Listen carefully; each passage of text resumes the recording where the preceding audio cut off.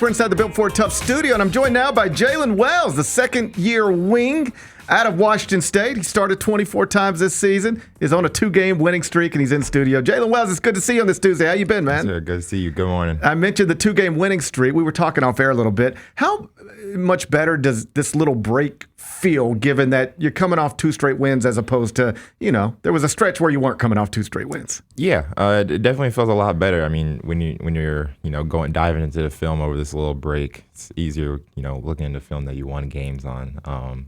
So that definitely makes you feel good, going into those 4 or 5 days, you just feel like, okay, we got a little streak going, So yeah, we feel good. Before we talk big picture, let's talk specifically about you. 24 games, 24 starts, field goal percentage up, 3-point field goal percentage up, points up, rebounds up. How would you describe your second season so far?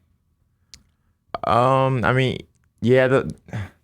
if you look at the stats, it's up. But I mean, it's not really to my standard.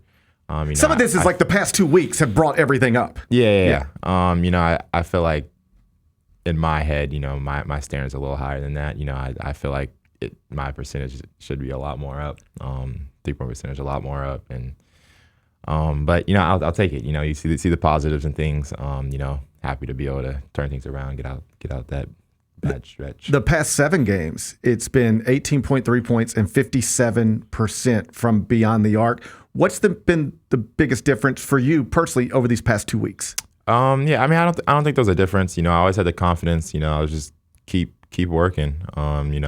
Put some more work in, put some more shots in. Looking at the film.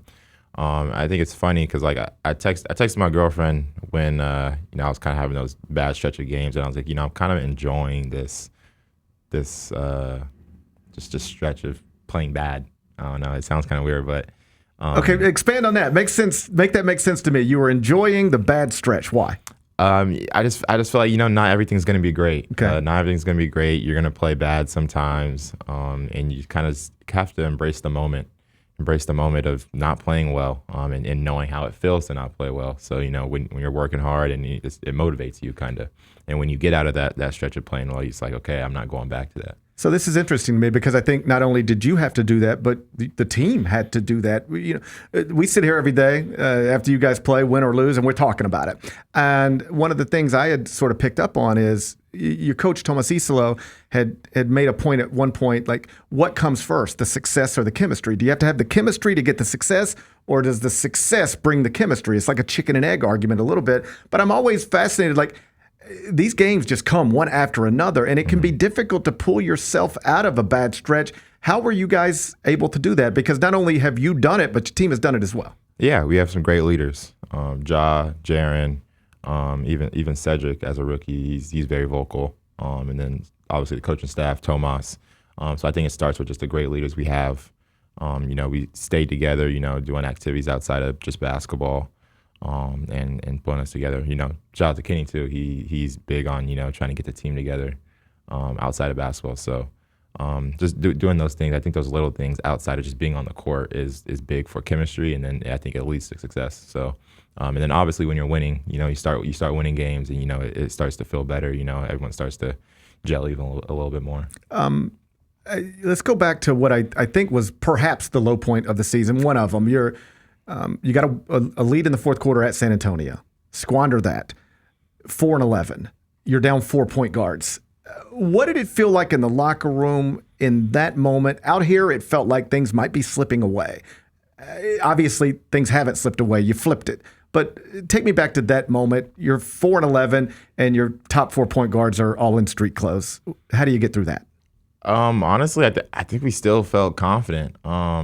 It was just kind of like a moment of like, okay, it's just us. Like, obviously no outsider is going to believe, we can be successful at that point. That's a lot of people. I mean, even though it's only been 15 games in the season, a lot of people are just like, okay, count them out. Yeah. But I mean, that's a moment I feel like for a team where it's either you react positively or you react negatively. And I feel like we reacted positively, and it just only made us stronger as a team together.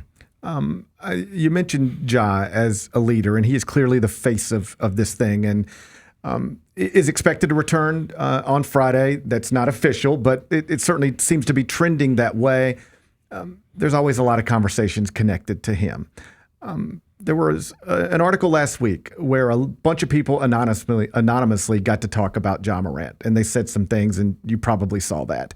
I want you to talk on the record about Ja Morant. You know him better than most. You're with him more than just about anybody. If I called you from ESPN and said, "Talk to me about Ja Morant," what would you say? That's the leader. That's my vet. He's a leader. That's what he does. Make sure everyone's good. He's going to look out for you. He's a great teammate. And then on the floor, I mean, energetic player, exciting player to play with. Can do amazing things. But yeah, I mean, as a person, you know, I feel like it's not fair for people to kind of speak on his character when they're not with him every day, day in out. You know, going to practice with them. You know, spending travel days with him. So yeah, I think a lot of people from the outside get to speak on his character that really don't have the view to really speak on it. If I were talking to him, I'd tell him, "Hey man, the most important thing you can do right now is just block all this stuff out and focus on the job." But that would be, I think, good advice, but not advice I would be able to take myself. I couldn't block all this out if I were him. How does he handle that? I know he hears it because he posts about it sometimes, but in the day to day when the cameras are off, how does he handle all the noise around him all the time? Yeah, I mean, it's hard for me to speak for him, but Yeah. to me, it seems like he doesn't care. Yeah. You know, I mean, he's going to still be the same happy person he is, you know, coming to the gym, you know, joking around, you know, having fun, making sure the team's doing better, you know, even though he's not playing with us, you know, he's on the sidelines helping us out, you know, bringing the guys over, you know, talking to them, just doing whatever it takes to contribute to winning while being off the floor. So really appreciative of that. So we're waiting on Ja to return, obviously, Ty Jerome, Scottie Pippen, Brandon Clark. We could go down the whole list. But one guy who has returned is Zach Edey. And everybody says things like 7'4", 300 pounds. He's got Doing life a lot easier just being on the floor. Me as being obviously the primary defender, having a 7'4" guy who can just control the paint like he does just makes my job 10 times easier. So him just being there in general is helpful for the team. And then obviously he does a lot of great things. I mean, outside of just being 7'4", I mean, the way he runs, the way he can get down the floor, I mean, just his energy he plays with. And obviously, when you see him out there, you know he's giving 100% effort. So really. Yeah, Are you surprised that it's happened so quickly for him? I mean, obviously he was good as a rookie, but he missed a good chunk of the offseason, and typically there's a ramp-up session, and it's going to take a minute before he gets comfortable, and yet he's averaging a double-double and has looked, frankly, like one of the best centers in the world very quickly. Yeah, but I mean, Zach's a worker, so yeah. I believe it. And when you see like how into his craft he is, like you would understand why he's able to do that. Just a couple more things for you, because I know you got a million things to do, workouts later today.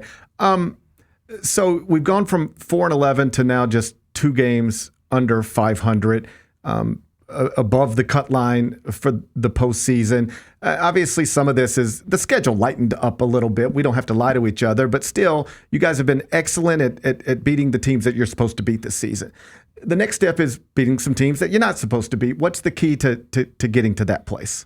Yeah, I mean, just taking the things that we've been doing to beat these teams that we've been beating, and just amplifying it. Honestly, obviously we're gonna get some guys back, having Zach back, and yeah, I think we have a lot of great, just thing to build on right now, as far as winning.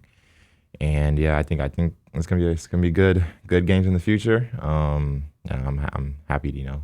And last thing, there was, I guess, a learning curve getting comfortable with the new coaching staff. There were headlines created earlier in the season. I won't ask you to revisit that, but where are we now? Are people more comfortable at this point in the season than maybe they were early in the season with the philosophies and everything else that goes it comes into play when you've got a first-year coach trying to implement things? I mean, yeah, we've always had the full confidence in Tomas, and going into training camp, I think he did a really good job on kind of setting the standard on how we're going to play, how we're gonna act as a team, and yeah. So I mean, we always had that confidence in him. I don't think anything's ever changed. You know, whether we were losing, whether we're winning, we always had full confidence in him. So I just think that more games under our belt, you know, obviously it's going to look better on the floor. Well, I appreciate your time, man. Friday night, the Grizzlies will return to the court. In the starting lineup will be Jaylen Wells for the 25th time this season. Congrats on a wonderful start to your second season, and I appreciate you popping in studio with me. Thank you.